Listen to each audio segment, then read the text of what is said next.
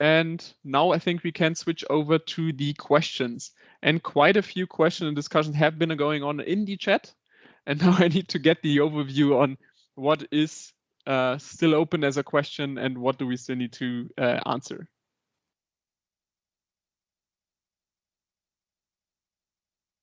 I think we start at the very top.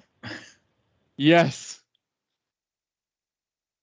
Okay, so we had one question that is, have ever considered ODD for predictive maintenance? So I might take it very briefly. I think that was one of the use cases that we had as part of the OpenODD project, one of the user stories.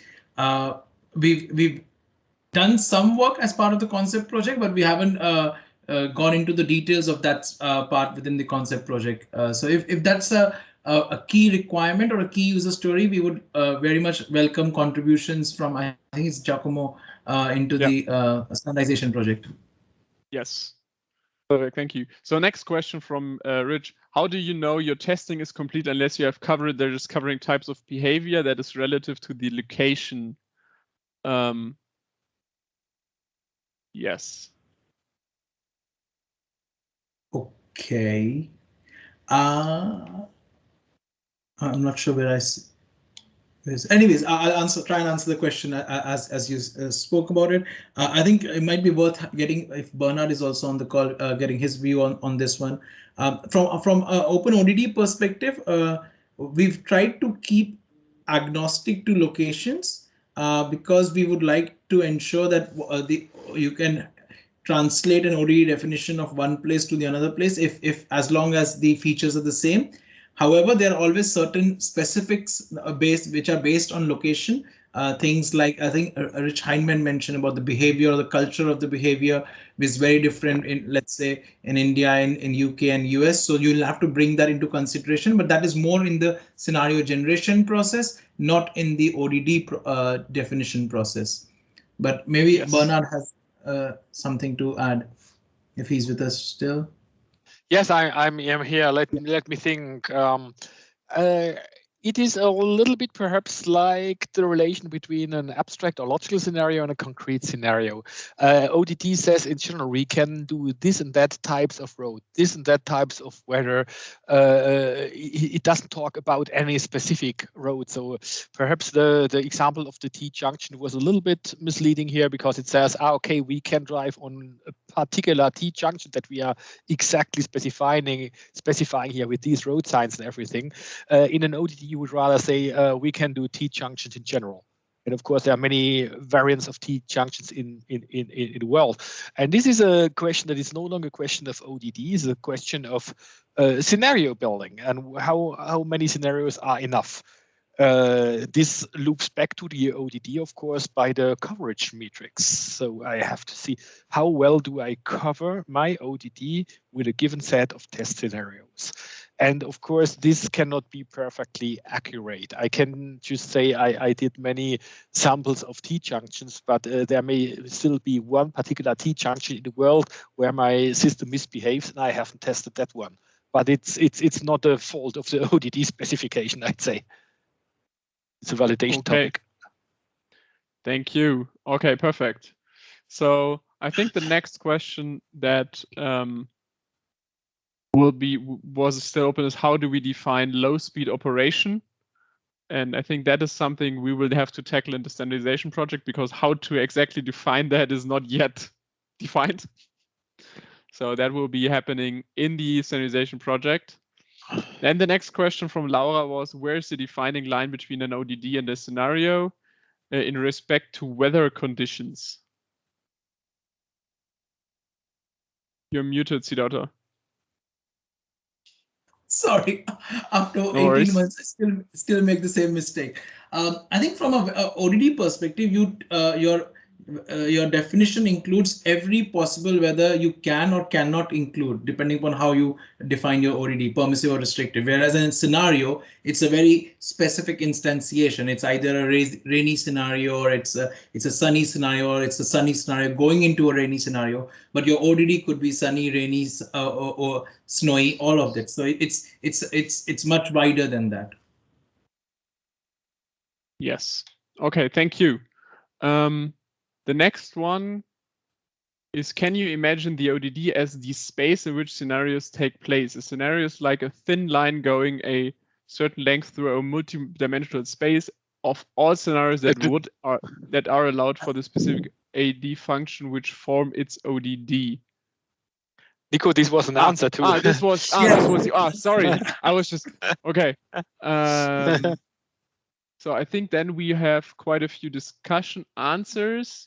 Now I need to find the next question. Okay, let me see. Okay, now something happened here.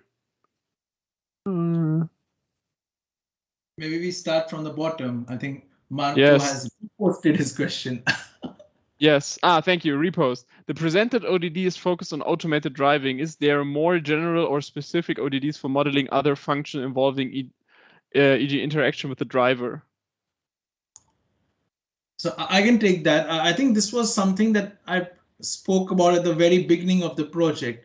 ODD as a concept does not include the modeling with the driver. However, there's another concept that is being discussed internationally called ODC, which is operational design conditions, which is ODD plus driver status plus the vehicle's instantaneous vehicle status. So that as ODC as a concept might be something that we use for incorporating the driver behavior, but ODD as a concept does not do that.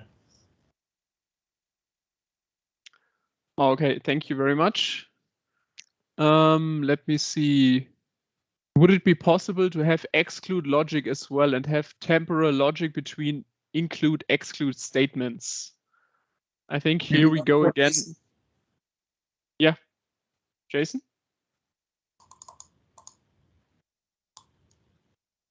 Yeah, sorry, Nico. Can you redirect the questions? Yes. So it's pretty much a question split into two comments, and I will just read them out together. The first one is, would it be possible to have a exclude logic as well and have temporal logic between include, exclude statements? Okay, yeah. So I think the exclude logic is the same as if I understand right, is the same as the permissive and restrictive, which can either at the global or the local level. So we can use, for example, in syntax 2, you can use unsuitable or you can use mode restrictive to exclude any elements from the ODD. The temporal level is something we haven't actually discussed. We have discussed, but I think it is currently considered as outside the ODD because the temporal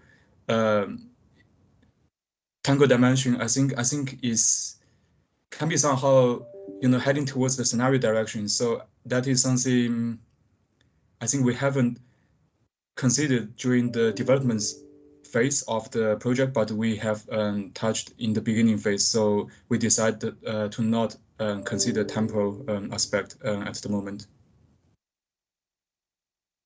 Yes, thank you, Jason.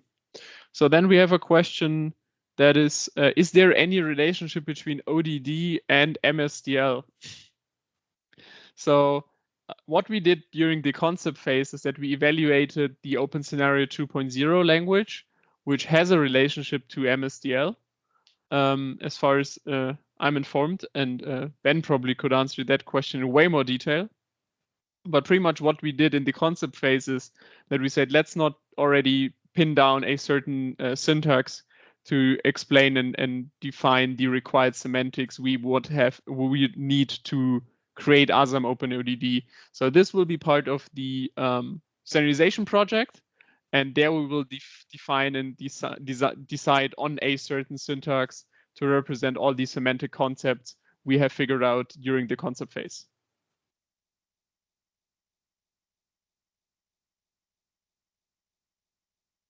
All right.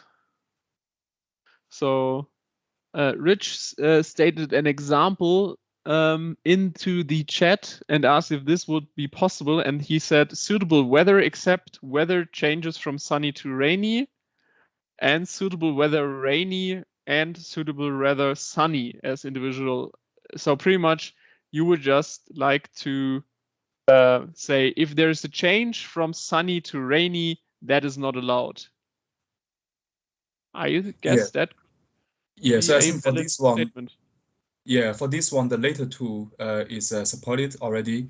However, the first one, which incorporating the temporal order, this is something again we haven't actually discussed during the development phase. So yeah, open to hear more opinions on this, probably in the standardization phase. Yes, exactly. And I think we can actually add that as one of the requirements in future for the standardization project, and also welcome contributions from Rich in the standardization project. Yes, definitely.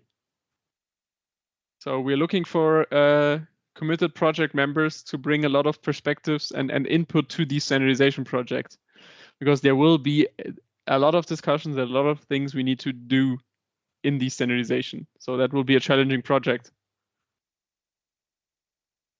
but definitely worth the effort. All right, so let me just scroll through the chat to see if I find more questions. If it might be quicker if you just repost your question, as don't see that answered yet. Please just do so. I'm also conscious of time, Nico. I think people are Yes. going into another meeting. So, or what we could also do is look at all the chat and see which the questions that are not answered. We can contact the people and send them answers. So then just do the last one that just came in. Does OpenODD allow one to specify operational domain and operational design domain in a clearly distinguishable manner? Okay. That's a good one for you. Okay, I'll take them. So OpenODD absolutely defines, helps you define the ODD definition. The operational domain definition is something that we see as the world that as it exists. What you could do also is use the OpenODD language to define an operational domain, which would be a much higher which would be a superset of your ODD definition. That is possible, but essentially what you're trying to say when you're defining an operational domain is anything that exists in the world is your operational domain. So if I say city of Munich is my operational domain, that is absolutely fine. You could use the OpenODD language to define the city of Munich, but I would say that would be not the best use of your time in order to do that. But if you want to do the comparison and if you want to identify the delta between the operational domain and the operational design domain, then I think you can absolutely use that because you could do some set mathematics over there. Okay, perfect. Thank you, Siddhartha. And I think with that, we have to pretty much close the webinar. I will stay in the chat and try to answer a few further questions. Thank you to all the presenters. Thank you to the project team that made all of this possible. Thank you, Siddhartha, for leading the project. And with that, I wish all of you a good night, a good day, depending on where you are, or a good evening. And a big thank you to Nico, you and ASAM for all the support also. Thank you. Thank you. Thank you very much. We're going to have a lot of fun in the standardization project, so stay tuned or join. Even better. Yeah. Cheers.